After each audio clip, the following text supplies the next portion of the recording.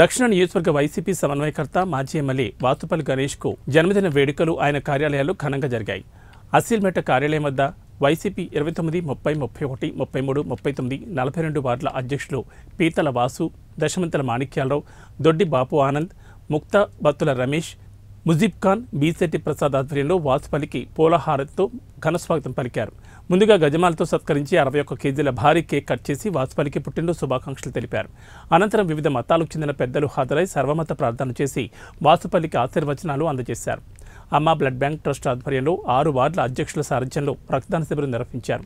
104 కార్యాలయంలో ఏర్పాటు చేసిన రక్తదాన శిబిరంలో అభిమానులు యువతతో కలిసి మాజీ ఎమ్మెల్యే వాసుపల్లి గణేష్ కుమార్ కూడా రక్తదానం చేయడం విశేషం. ఈ సందర్భంగా వక్తలు మాట్లాడుతూ వాసుపల్లి గణేష్ కుమార్ భవిష్యత్తులో ఉన్నత పదవులు అధిరోహించి మరింత మందికి సేవలందించాలని ఆకాంక్షించారు.